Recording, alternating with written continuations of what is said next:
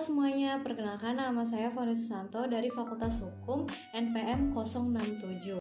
Hari ini saya akan menjelaskan satu materi yang saya dapatkan selama saya mengikuti rangkaian Pekan Penghayatan Dhamma. Materi yang akan saya bahas adalah karma. Karma terbagi menjadi berbagai macam. Yang pertama ada karma berdasarkan jenisnya. Karma berdasarkan jenisnya ada dua, yaitu kusala kama dan akusala kama. Kusala kama merupakan karma yang baik yang berbuah baik, dan akusala kama merupakan karma yang buruk dan berbuah buruk. Yang kedua ada karma berdasarkan sumbernya. Karma berdasarkan sumbernya ada tiga, yaitu karma pikiran, karma ucapan, dan karma perbuatan.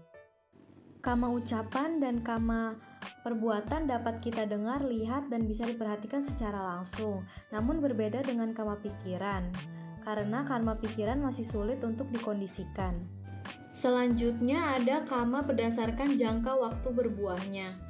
Karma berdasarkan jangka waktu berbuahnya ada 4. Yang pertama ada Dita Dhamma Wedaniya Karma, adalah karma yang berbuahnya juga dalam kehidupan sekarang. Biasanya berbuah dalam 7 hari atau lebih. Yang kedua ada Upaja Wedaniya Karma, adalah perbuatan yang kita lakukan sekarang, hasilnya tepat di kehidupan yang akan datang. Contohnya sesuatu yang kita perbuat namun tidak berbuah pada kehidupan saat ini, namun berbuah pada kehidupan yang akan datang. Yang ketiga ada Apara Wedaniya Karma, adalah perbuatannya itu hasilnya berturut-turut selama kehidupannya berlangsung.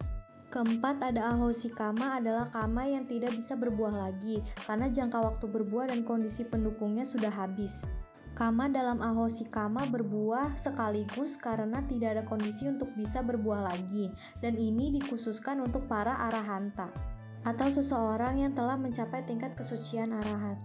Lalu ada karma berdasarkan kekuatannya. Karma berdasarkan kekuatannya ada 4. Yang pertama ada Garuka Karma, yaitu perbuatan yang akibatnya paling besar atau kuat, atau hasil akhir dari karma ini sudah dapat diprediksi. Yang kedua ada Asanya Karma, yaitu perbuatan yang dilakukan menjelang kematian yang kekuatannya paling kuat. Contohnya pada saat ia menjelang kematiannya, ia merasa gelisah melihat darah, pedang, atau sesuatu yang gelap. Hal tersebut mungkin membawanya terakhir di alam yang kurang bahagia. Yang ketiga ada Acinya Karma, yaitu perbuatan dilakukan terus-menerus yang akhirnya akan menjadi watak atau kebiasaan. Contohnya seorang pedagang hewan yang terus-menerus membunuh hewan. Keempat ada Katata Karma, yaitu kekuatan yang paling ringan atau cetananya ringan. Contohnya pada saat kita refleks memukul nyamuk, cetananya ada namun tidak kuat. Selanjutnya ada karma berdasarkan fungsinya. Karma berdasarkan fungsinya ada 4. Yang pertama ada Janaka Karma, adalah karma yang berfungsi untuk mendorong kelahiran suatu makhluk, atau dapat dikatakan untuk menduga-duga potensi kelahiran. Kedua ada Upatambaka Karma, yaitu karma yang berfungsi untuk memperkuat, menambah Janaka Karma jadi hasilnya bisa menjadi lebih besar. Ada karma yang menguatkan menjadi lebih buruk. Ketiga ada Upapilaka Karma, yaitu karma yang mengurangi kekuatan Janaka Karma yang arahnya berlawanan. Contohnya ada hal baik yang dilakukannya untuk mengurangi karmanya. Keempat ada Upagataka Karma, yaitu karma yang berfungsi untuk menghancurkan kekuatan dari Janaka Karma. Contohnya menekan sebegitu kuatnya sehingga karma tersebut tidak terjadi. Ada pula materi mengenai Dasa Kusala Karma. Dasa Kusala Karma ada 10. Yang pertama ada gemar beramal atau berdana. Yang kedua ada hidup bersusila yang mengakibatkan terlahir kembali dalam keluarga luhur yang keadaannya bahagia. Ketiga ada bermeditasi yang mengakibatkan terlahir kembali di alam-alam surga. Keempat berendah hati dan menghormat menyebabkan terlahir kembali dalam keluarga luhur. 5. Berbakti berbuah dengan diperolehnya penghargaan dari masyarakat. 6. Cenderung untuk berbagi kebahagiaan kepada orang lain. Ketujuh, bersimpati terhadap kebahagiaan orang lain. Ke-8, sering mendengarkan Dhamma. Ke-9, menyebarkan Dhamma.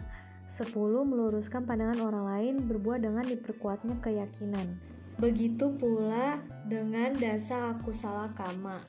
Dasa Akusala Karma ada 10, yaitu melakukan pembunuhan, melakukan pencurian. Ketiga, perbuatan asusila. Keempat, berdusta. Kelima, bergunjing. Keenam, berkata kasar. Ketujuh, berbicara omong kosong. Kedelapan, serakah. 9, dendam. Ke-10, berpandangan salah akibatnya tidak melihat keadaan yang sewajarnya. Selanjutnya saya akan memberikan pendapat saya mengenai toleransi dengan umat agama lain. Menurut saya toleransi itu sangat dibutuhkan dan juga sangat penting untuk dilakukan, apalagi kita tinggal di Indonesia yang mempunyai beragam agama, sehingga kita harus bisa menghormati apapun agama yang mereka anut. Jika mereka beribadah, kita harus menghormatinya, dan juga hari raya apapun itu kita harus menghormatinya dan menghargainya.